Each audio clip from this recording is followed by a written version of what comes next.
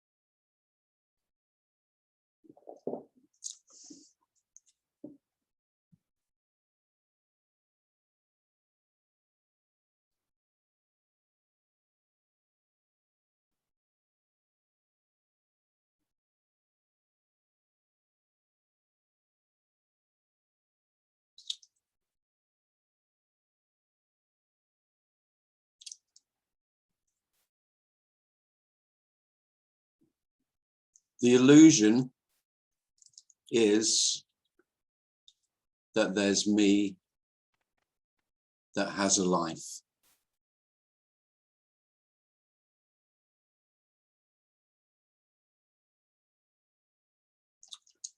And with that illusion comes you, who also has a life. All these different separate lives.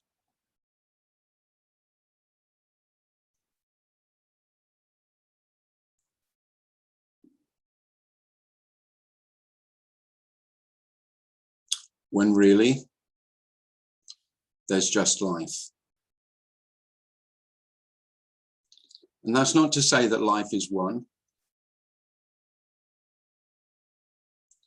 but it is whole. I know that's contradictory.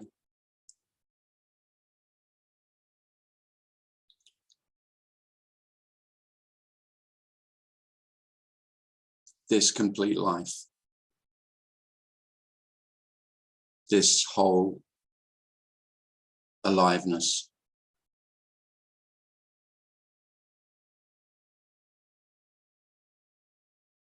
No one who could be separate from life.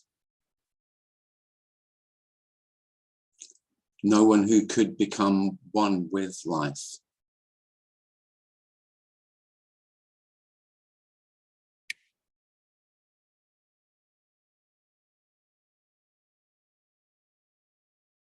And it may sound that when someone speaks of this, that they know what they're speaking about.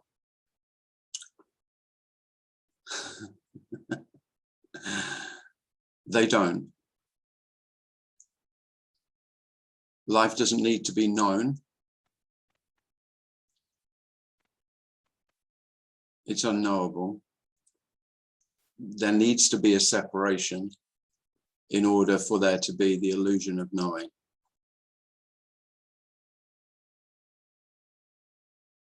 So the illusion of me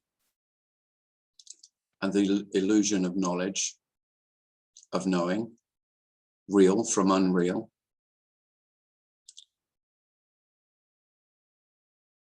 truth from lies,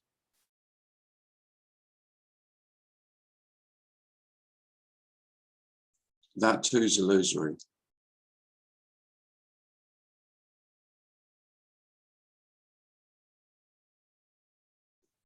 Life is simply unknowable.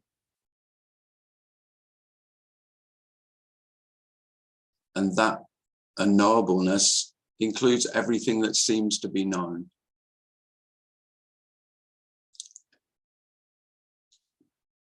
Knowledge is empty. Understanding is empty.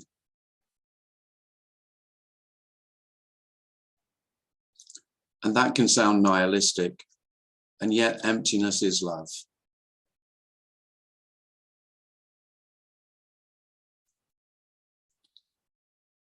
It's emptiness that self fears most of all. This emptiness full of love.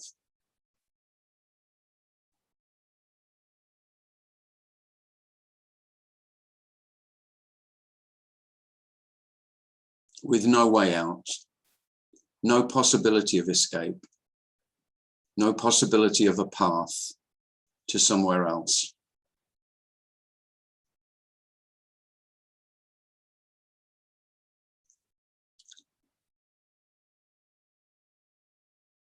And the great paradox is, it is what self longs for, but doesn't want it. You don't want this. Self always wants something better. This is never good enough. I can always find fault. It's the nature of me to find fault, to look for improvements.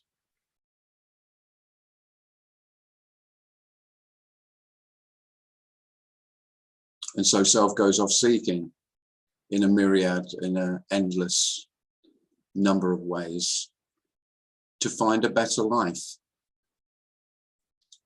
Of course, it's hopeless. This is life. Always, already, complete and whole. There is nowhere else. There is no other. This is all. And in that can be a rest and a peace that does pass understanding. It doesn't make sense. It doesn't need to make sense. The one who tried to make sense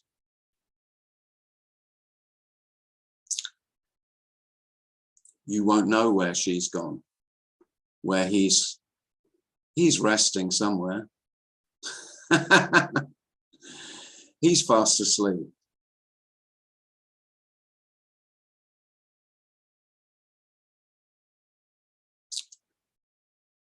And we're speaking of the end of questions.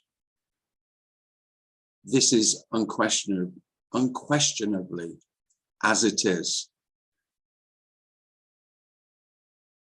It is beyond doubt, utterly doubtless.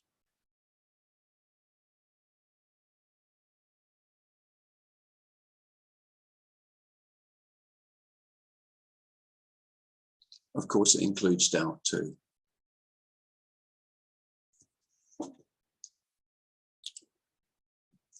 I have to pause because I've got to let people in.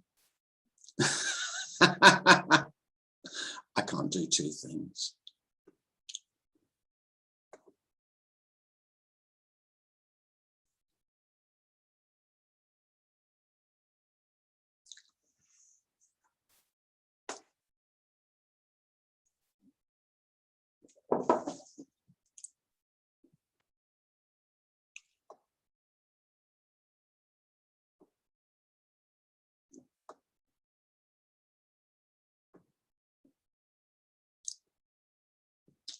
If you see that there's someone in the waiting room, you can, prompt me, otherwise I may miss it.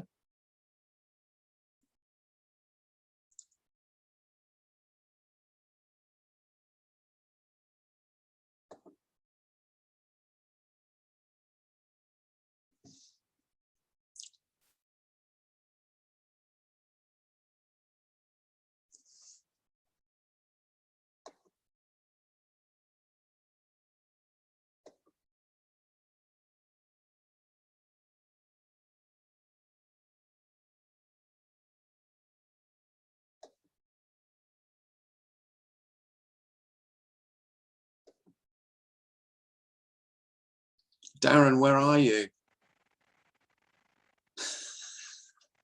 Come back, all is forgiven.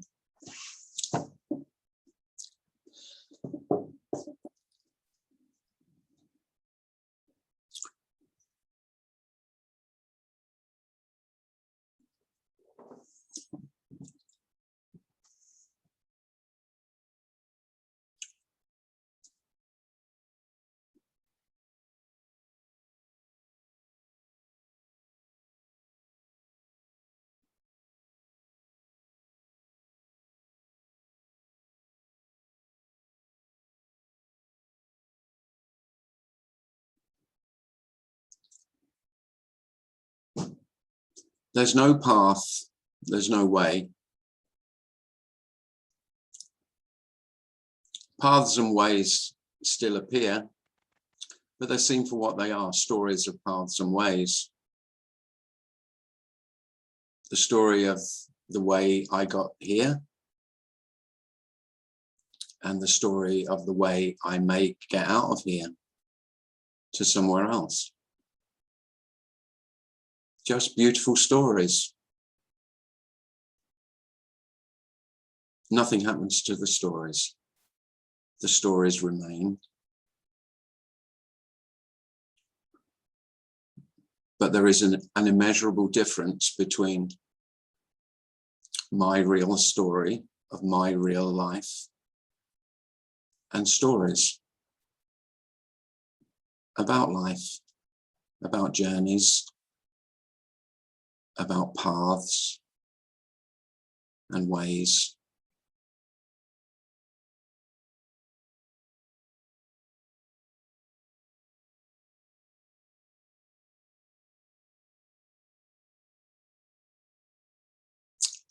And there's an immeasurable equality in everyone's story, every story of a way.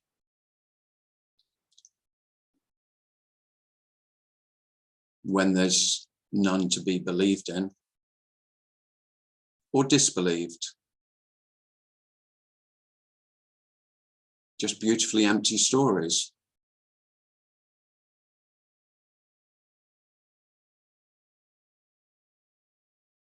That are given all their significance, all their weight and importance from me, by me.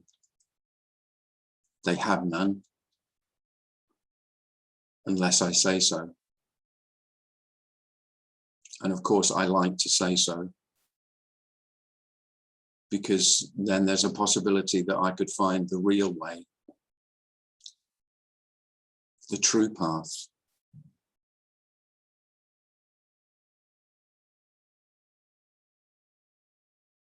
All paths are true and untrue.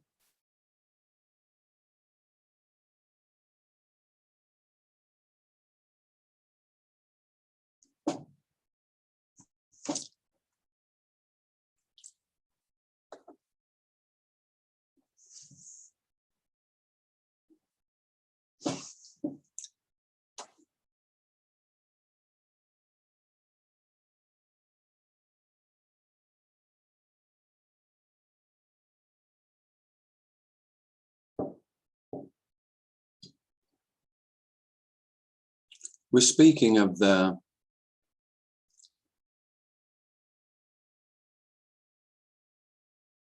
absence, you could say the death, of the one who might escape. I think that's one of the main reasons I usually say that this isn't what you want, because escape is what self wants.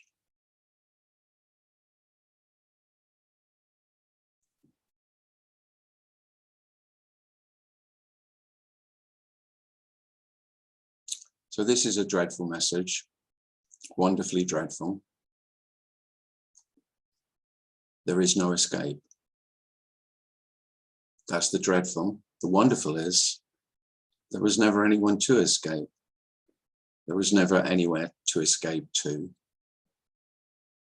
Where the fuck would you go? Well, the Bahamas, I hear you say.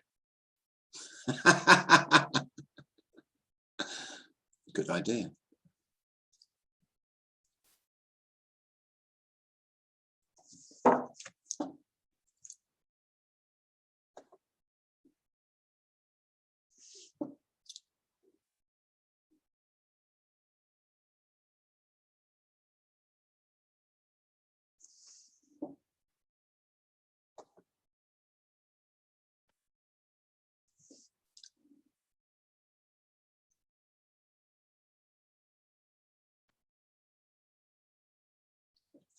So if you'd like to ask anything or share anything, feel free to do that. If you put your hand up on the screen, then hopefully I'll see it. Although I do have to then do a bit of toggling between screens. We'll try that anyway. Or I think probably for today, if you unmute yourself and just shout, that'll get my attention quickest.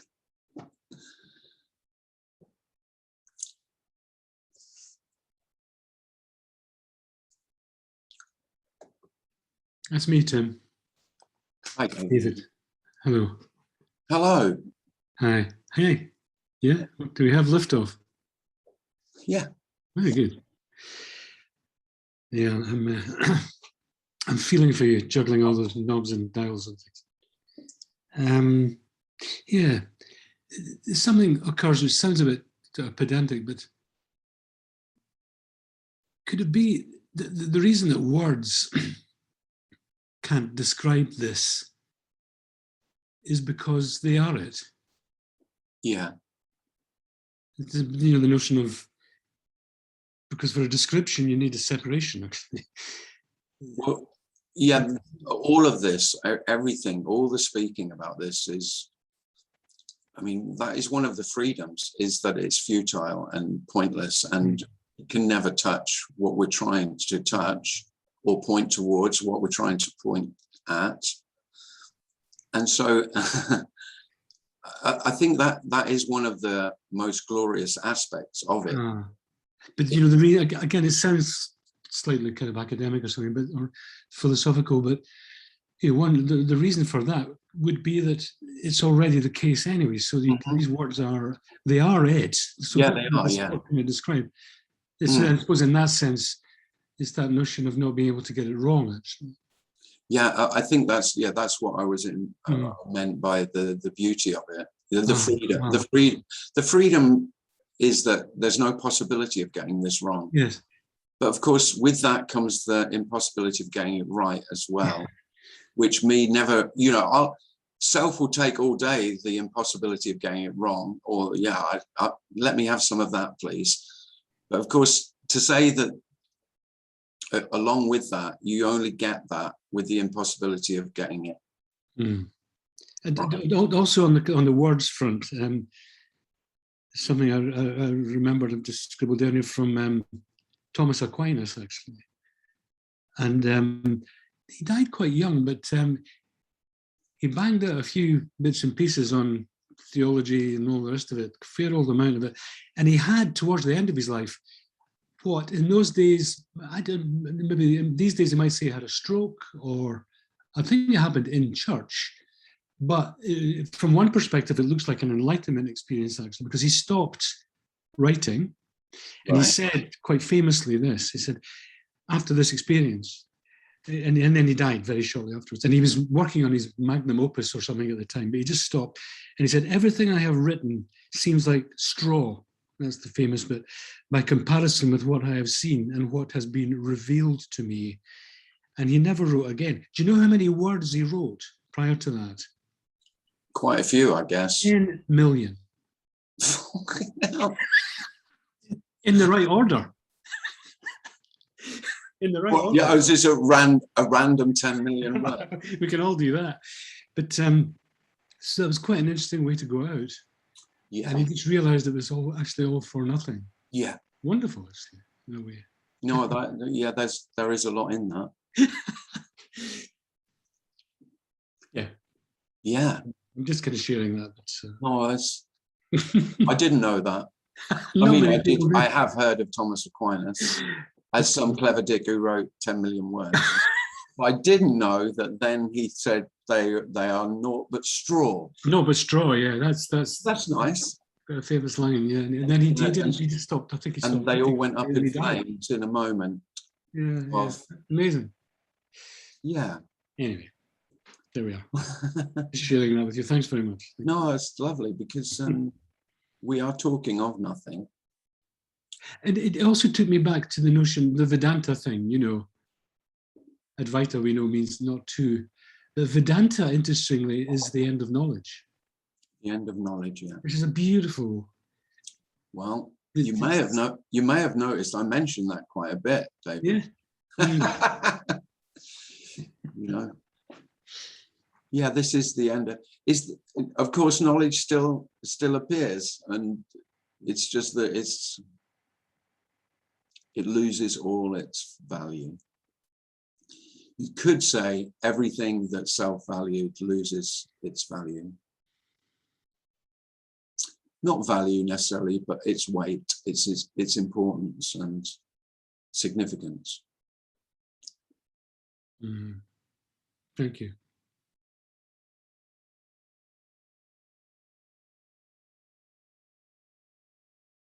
I mean, there is nothing worse that self can ever hear, that it's all for nothing.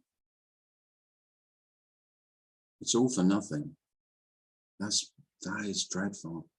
That is some heavy shit right there, isn't it?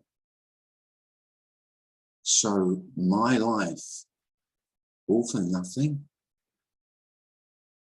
Yeah. That's the good. I think somewhere in there, the notion that I think it can be so misconstrued that, you know, all ambition has to go, blah, blah, blah, blah, blah, Oh, blah. no. Putting the cart before the horse, actually. No, not at all. Nothing has to go. No. But it's all for nothing. Yes.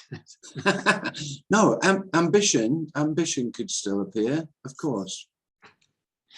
But it's empty ambition.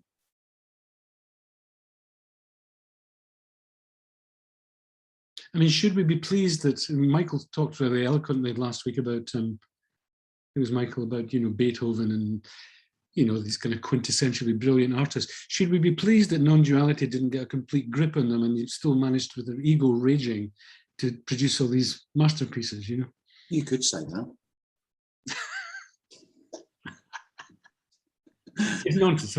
But then there is no, yeah, you could say with ego, there's more motivation. You could, I'd be surprised if that wasn't normally the case, yeah. It's just this very naive notion that. But of course, there's nothing to say that a human being without, you could say without self, without that drive, who's to say that the creativity might be more free? There's no rules. There isn't a rule about it.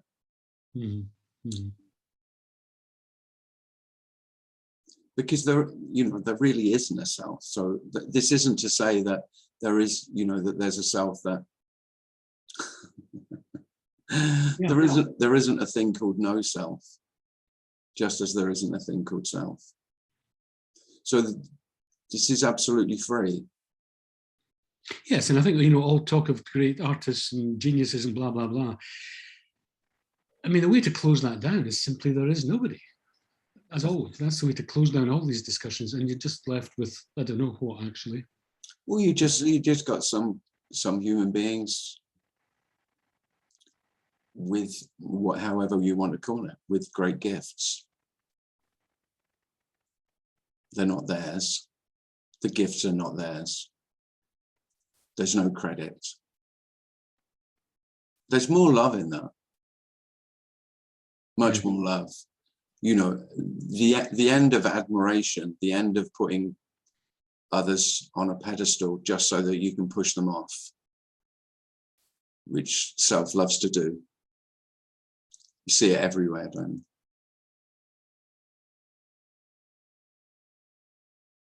I admired him so, but then he was seen to be just another fallible human being. Well, there's a bloody surprise.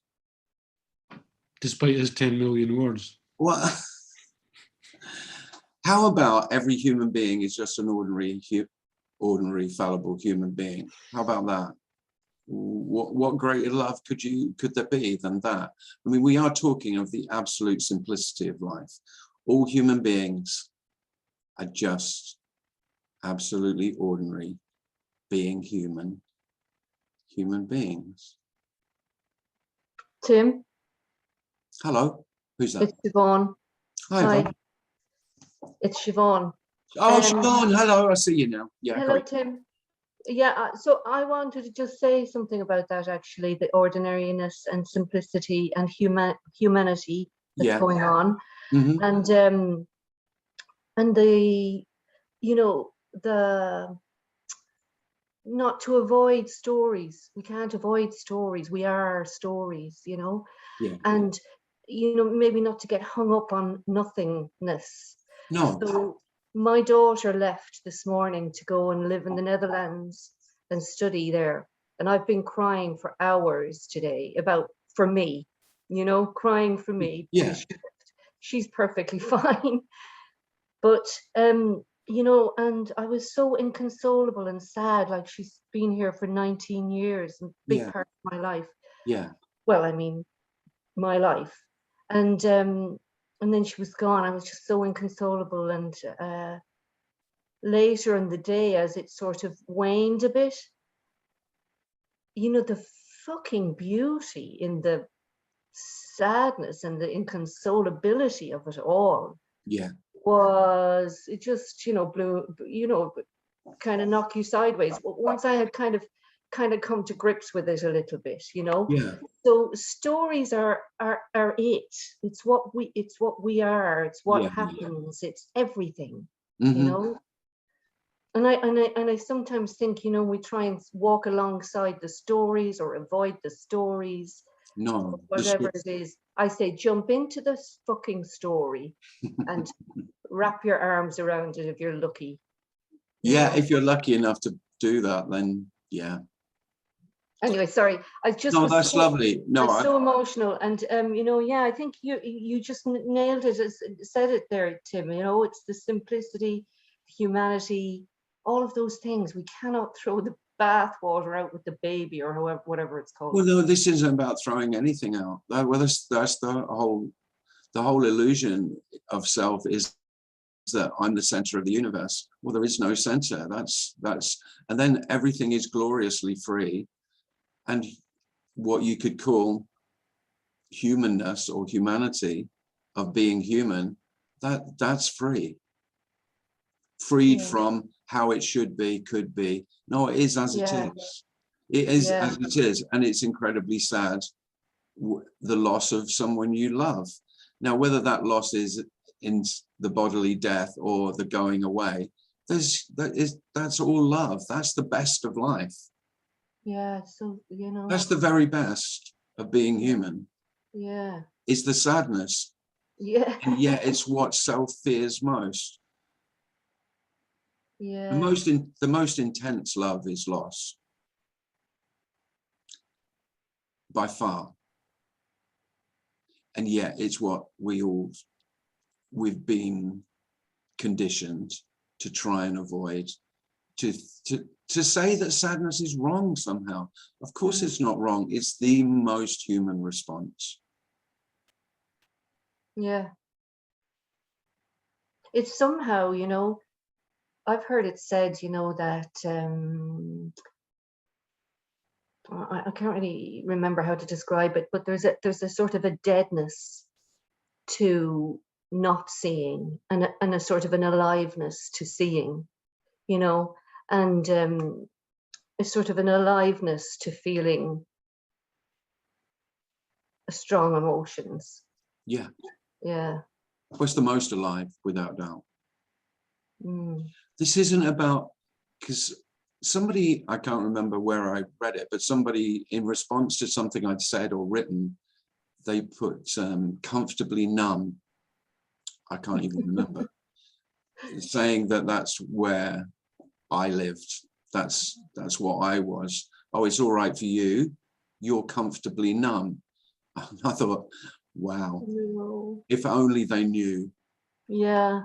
It's almost like you've lost the ability to do the numbing, the dumbing, the comforting. This is like this complete nakedness is what we're speaking of, because the facade, the illusion of protection, is the illusion of self. Yeah. I mean, it doesn't ever give protection, by the way. That's why it's illusory. Self does not protect itself, but that's what it innocently tries to do, to keep me safe.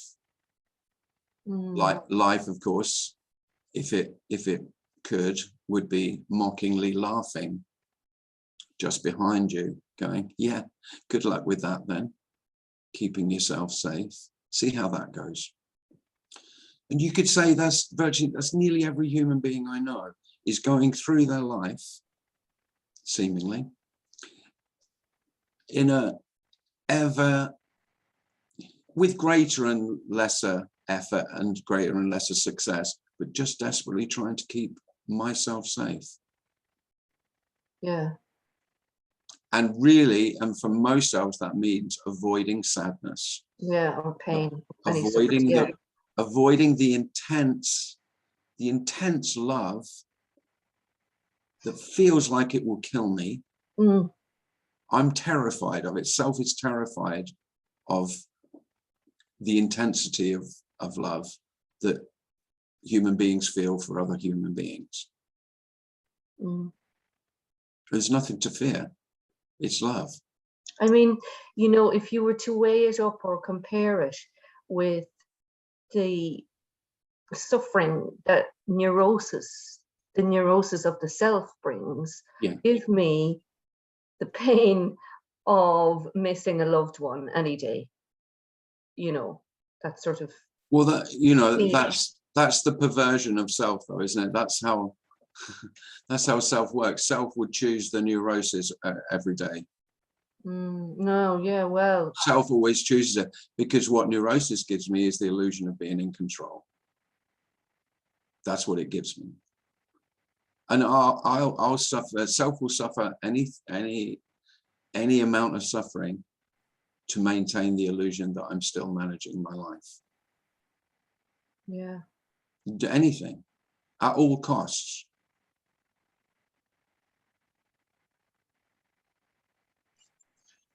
And usually at terrible cost. I mean, we know that. You know, it's a terrible price to pay.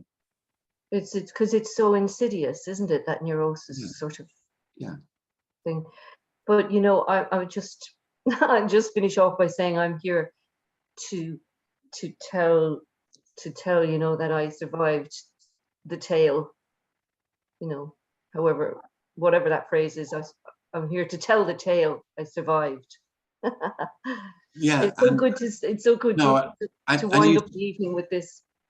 And you said it beautifully as well. Thanks. Thanks, Tim. No, that's really worth sharing that. Thank you so much. Oh, you're welcome.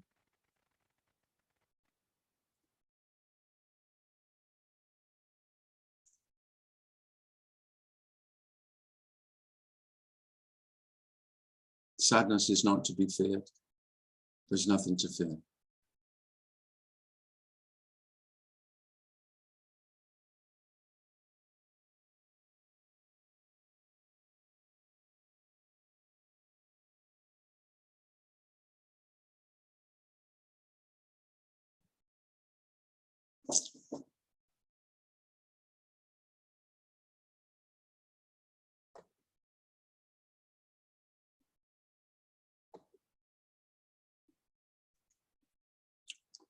But just to pick up on a point that David mentioned about, you know, nothing can be a hiding place for self.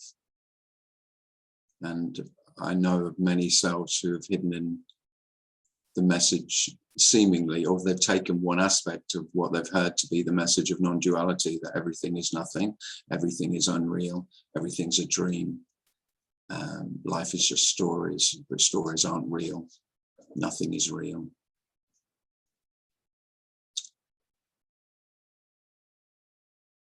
They've missed half the story. or half the message of non-duality. Everything is absolutely real, as well as being completely unreal. And that's a full stop. After that, there's nowhere to go. So what's real? Everything. What's unreal? Everything.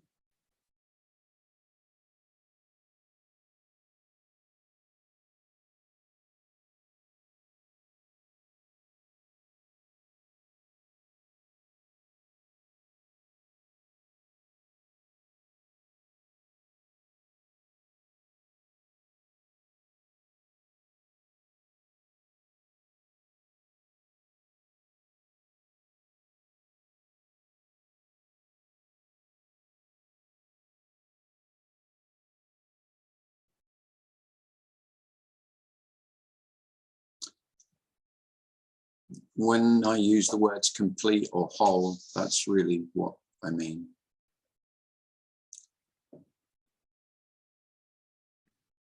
So it would be a full stop and an empty stop at the same time. Oh, good, yeah. So it's so that empty full stop. Boom, boom, boom, boom. By full stop, what I meant is this: really, there's nowhere to go from there. From here, there is nowhere to go. If everything that appears, which is all there is full and real, really happening,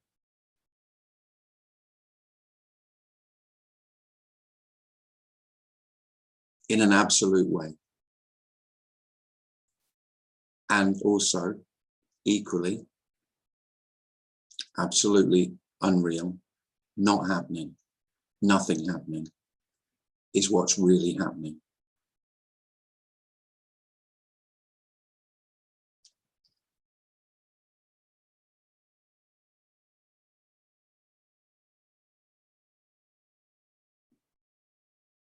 And I could say, isn't it? Because it's no good. The words don't mean anything. It just can be obvious. Don't ask me how it's obvious. It's just obvious that there's no more.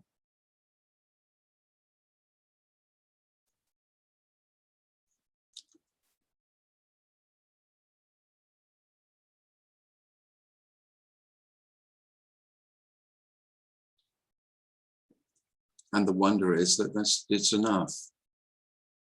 And of course, it was never enough for me.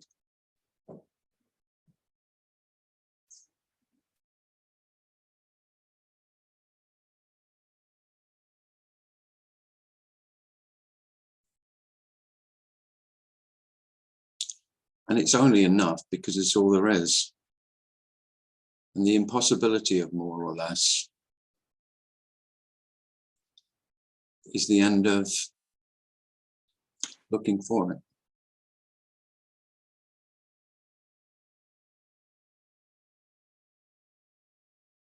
At the end of the looking for it is the peace that I longed for. I was always longing for peace and rest.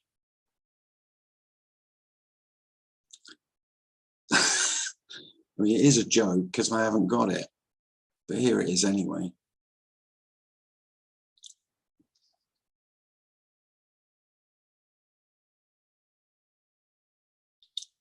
He never moves.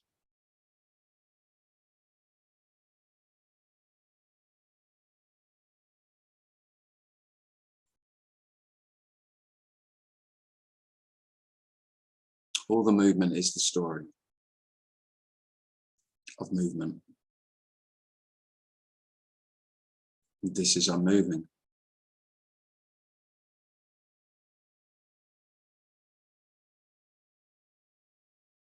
Moving.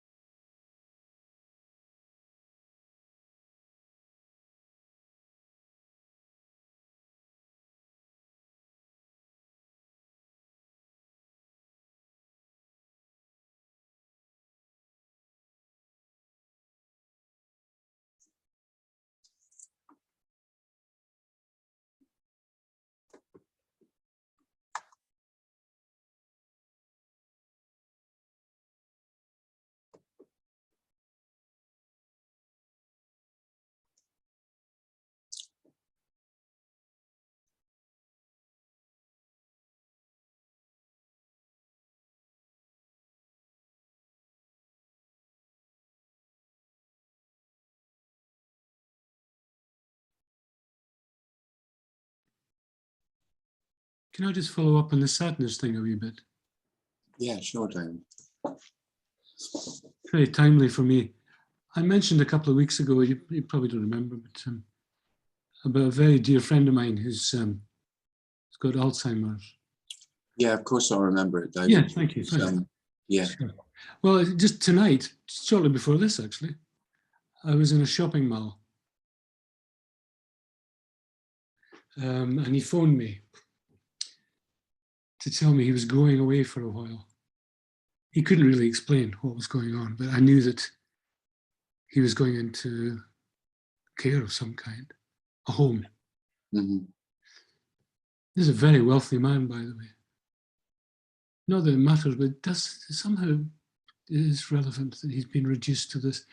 And I just sat down outside the shoe Clark's, I think it was, the shoe shop. And it was the most incredible feeling took over. It's a bit like your previous caller, the lady talking about her daughter leaving. It was indescribably something. I can't really say, actually. But it really chimes with what we've been talking about here. It was beyond sadness, actually. Yeah. That's all I can say.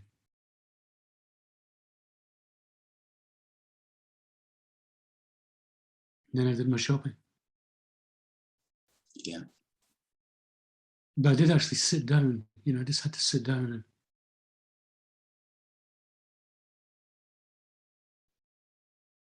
it was extraordinary.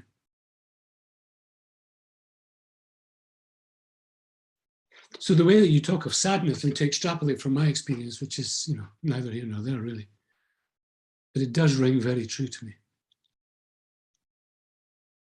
Thanks, David. Thank you. No. It's the Joni Mitchell line, there's comfort in melancholy when there's no need to explain. It's as natural as the weather in this moody sky today. Ah, beautiful. Anyway, thank you. No, thanks, David. Hi, Tim, it's Alice. Hi, Alice. Hi. I might have a question here somewhere, I'm not sure. So I had some disappointment recently, and I guess it's because I had some anticipation about something. I'm not sure. I'm just not sure about. It seemed like more of a big experience than I would usually, like there's the normal sort of more humdrum of life. Yeah. And I experienced something, and then I had I just don't know. I wasn't even sure how I was processing it or something. And I wondered, now that I have some slight more openness going on, Right. I'm experiencing that more openly at the same time. But I guess because the disappointment was going on and it still lingers actually, although it's like that sort of sweet disappointment is the best way to describe it. Yeah. So I guess that's only happening because the self has got involved somewhere, or is that disappointment, would that still arise? There isn't, Alice. Yeah. I mean, looking for, oh, well, I felt this, so that must mean all of those stories. I mean, they are just stories that you could tell about that. Oh, there would only be disappointment if there's me. Well, no, of course not. Disappointment is absolutely natural. With that, but again, just like me does with everything, I claim it as my disappointment. And so the story would probably go, oh, without me, there would be no disappointment. Well, what a complete nonsense. There's just because I mean, I'm always speaking about that time is unreal, that there is no time. That doesn't mean to say that there aren't plans. And it doesn't mean to say that if there's plans and they don't come to fruition or they're not fulfilled, then there isn't disappointment. It's completely natural. So it doesn't, Alice, it doesn't mean anything. Yeah, cool. It didn't feel like it meant that much, but it just, because I guess I was like, I was just full of the experience, I guess, maybe even a bit more, and it just surprised me. It was like a surprise or something. Well, I don't know, I can't. Well, I wouldn't be surprised if, you know, don't be surprised if with more greater freedom, less, oh, it needs to go this way, then that openness is more openness to disappointment, because this is about more vulnerability, not less. Mm. You're naked. So if you're excited about, say you're excited about any experience that you've planned that seems to be maybe coming up, you're meeting someone, say, and then it doesn't happen, of course there'll be disappointment. It's not yours. But disappointment is very natural for human beings if they've anticipated an exciting experience to come. It's all love. You know, longing for that experience, it not happening, disappointment, absolutely, completely natural. Just like every, you know, it was never mine. It was never my longing. It was never my excitement. It was never my disappointment. Mm. Just being human. I don't have anything to say about, you know, being free from different feelings or emotions. Disappointment being one of them. It's much more likely that without the sense of you, who is the controller, without that sense of protection from life, then life is felt full on. And that would include disappointment.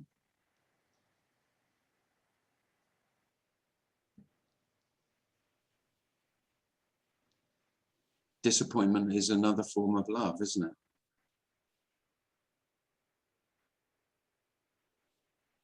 Hmm.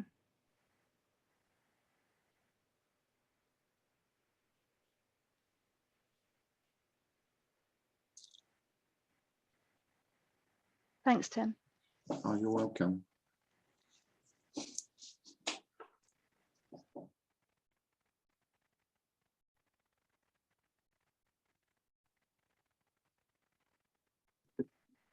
Hi, Tim.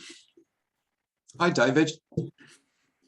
Just picking up on a couple of things on the subject of grief. I remember many years ago a conversation with a friend whose partner had died, and he was telling me that someone had said to him that he thought that he, of all people, shouldn't experience grief. And he said, but why? Because I experience it more, because without the me in the way that everything is more full on. So his experience of the grief was more, not less. Yeah. Yeah. And just picking up on the expectation and disappointment, I had a conversation fairly recently with a friend who she's interested in non-duality, and something had happened, something had pushed her buttons, and she reacted. And she was telling me about it, and she said, I thought I was beyond that now. And I said, well, who are we talking about? Well, she thought non-duality was talking about sainthood, obviously. Well, no, I don't think that, but there was an expectation that, you know, there was going to be... Well, maybe sainthood, you know, sainthood's a bit strong, but you know what I mean. Yeah. In that, yeah, I'll be a better human being. I'll be a better human being. Bullshit. You will not be a better human being without the sense of self. You will be wholly and completely the human being. That's it. Yeah. That's all. in all its glorious, I don't know, contradictions, you could say, in all its beautiful compassion and love and empathy and, you know, and kindness and all the things you thought were good traits, and all the anger, jealousy, envy, rage, reactivity, disappointment, longing, all the shit that you thought you were going to get rid of. Yeah, why not? Just everything just freely being as it is. Yeah, yeah. Yeah. I mean, yeah, you need to go to a monastery or if you want to become a saint, not listen to non-duality. It doesn't work. I tried that. Yeah, I'm guessing it's not very successful for most nuns. There's too much repression required. And just to pick up on one other thing that I think it was David was talking about earlier, creativity. I'm a musician of sorts, and I remember, and this is many, many years ago, working on some music late one night and running the tape back and playing it, and thinking, wow, where did that come from? That wasn't me. Where did it come from? And I mean, I still have that feeling very much, even more so now, that Yeah. it's me that's doing it. Well, yeah, Which is very frustrating for my musical partner, because he said, well, how did you do that? And I say, you ain't got a clue. it just happened.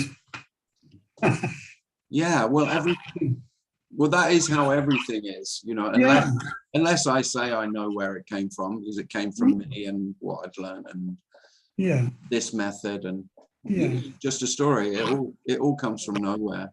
Yeah.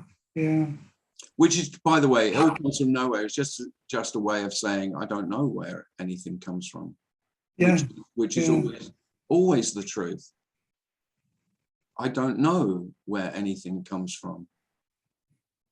Or where it goes to, when it arises from nothing and it dissolves back into. So, yeah, where did he go? Oh, I don't know. He's gone.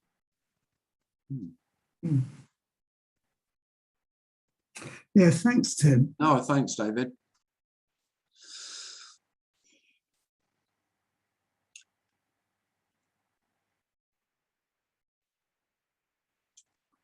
I have told this story before, but I did have preconceptions about once myself had gone, then my creativity would be unleashed from its chains. I had enslaved the innate creativity that was living inert, like a captured sparrow in a cage within my heart, and it would be freed, and then the wonder of the creativity that was latent, just waiting to be freed, would be set free.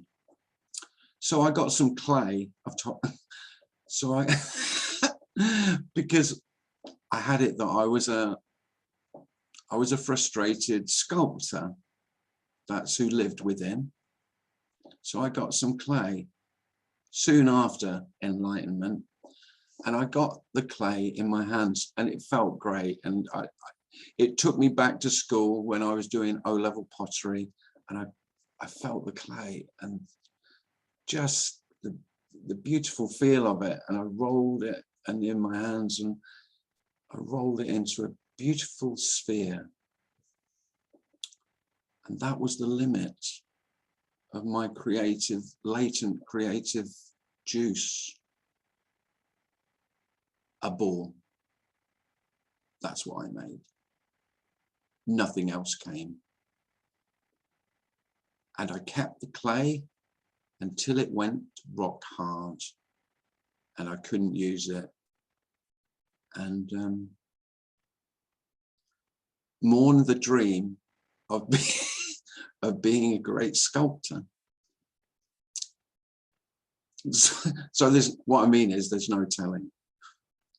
This isn't about, you know, oh, without me, my dreams will come true. And I did have that.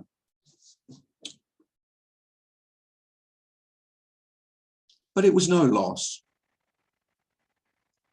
That loss of a dream, it really isn't.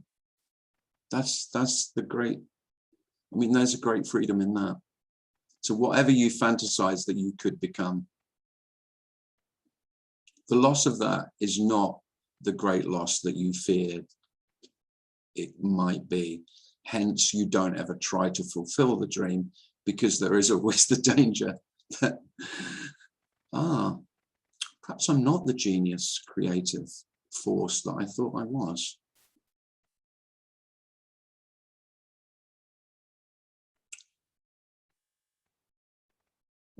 There are no rules. That's really what I mean by all of that.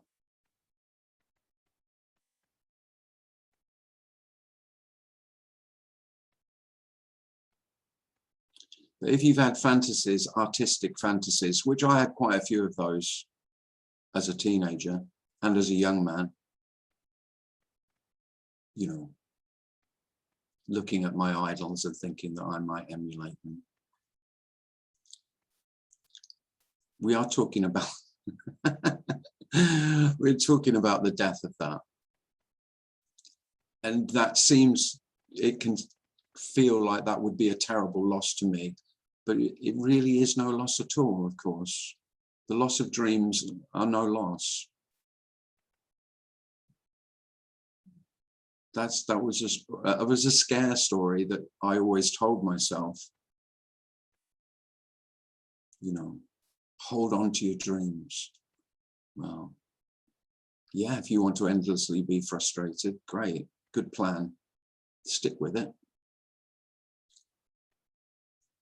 That'll work to make you feel insecure and inadequate most of the time.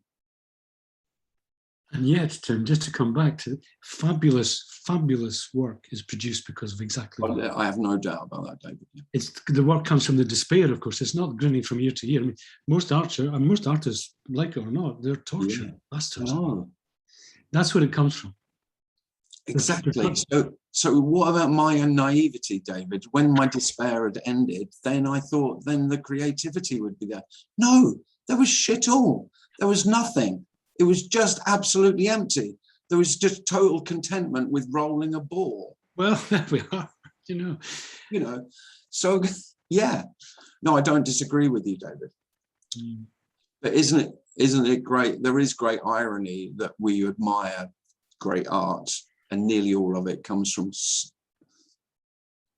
existential angst to a greater or lesser extent. Absolutely. Yeah. Absolutely. And yet we look to them as role models, and yet most of those human beings lived in what we might call misery. Yes. Yes. It's very ironic. I agree with you. But thank God someone has done it. Yeah, I in agree. this relative sense, and even though there's nobody, thank God someone's out there. No, I agree. Yeah. Hmm. So maybe there would be no art. Mm-hmm. Yeah. With no self. I don't know. Or when there would be art, it would be very simple and childish.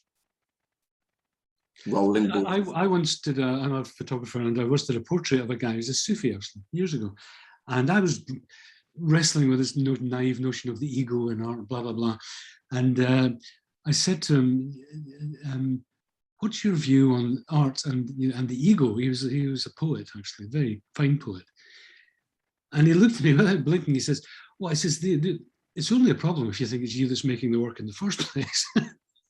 I thought was spot on, actually. So, on you go, really, but it's not you that's doing it. And that, I didn't quite get it at the time, which I do now. Yeah, But it's as good an answer as any. that is a good answer. Just leave it at that.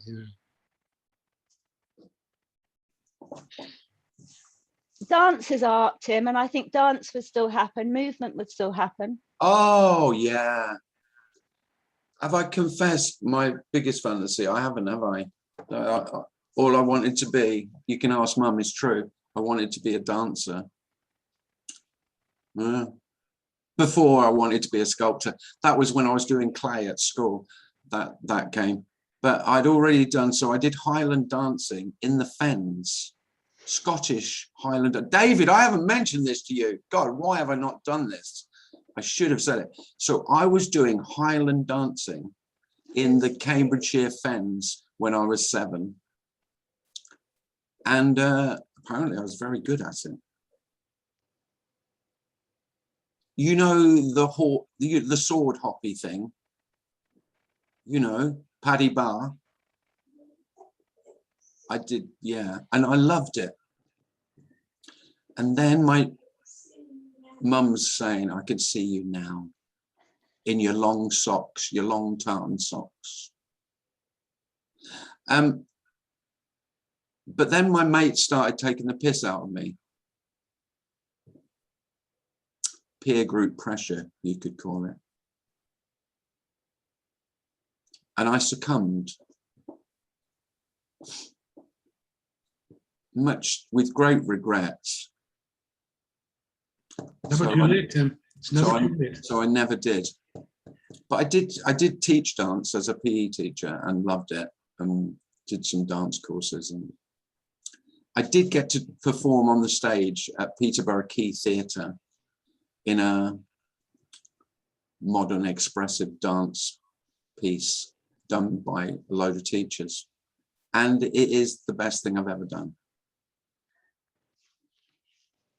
I was high as a kite. I can't tell you.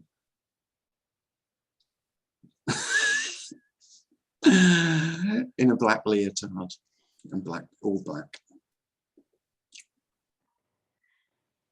With a audience of about 400. And you know, there is really something to be said for performing. It is brilliant. Anyway, yeah. Dancing is art, without doubt. And no, the joy of dancing doesn't die, that's for sure. Joy of movement. That's how it's always been here. This body loves the joy of movement. Tim, I was just wondering, Kate Bush, are you in good company with Kate Bush? Didn't she have a song called Rolling the Ball? Right. I wish I was in good company with Kate Bush, but I'm not. We've not met. Yeah, but I'm sure she's as sad about it as I am. But no, we haven't been introduced, me and Kate. But she could sing the song, and you could do the rolling the ball thing as a dramatic performance, maybe. Oh yeah, love Kate. Rolling the ball. Don't knock it. No. Yeah, lovely Kate. Now she's an artist.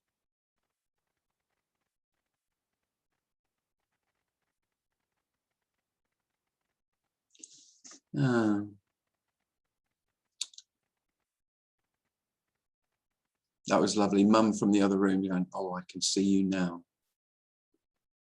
I'd come back so excited and practice my steps. I joined in.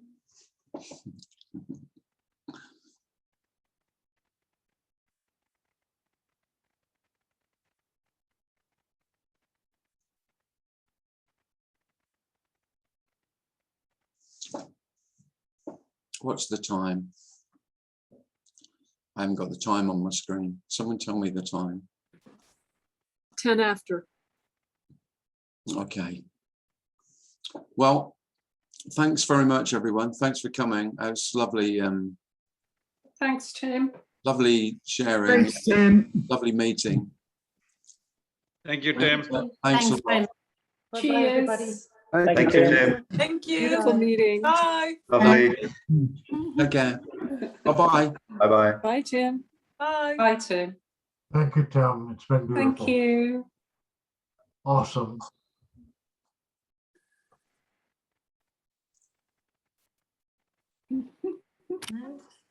Mm.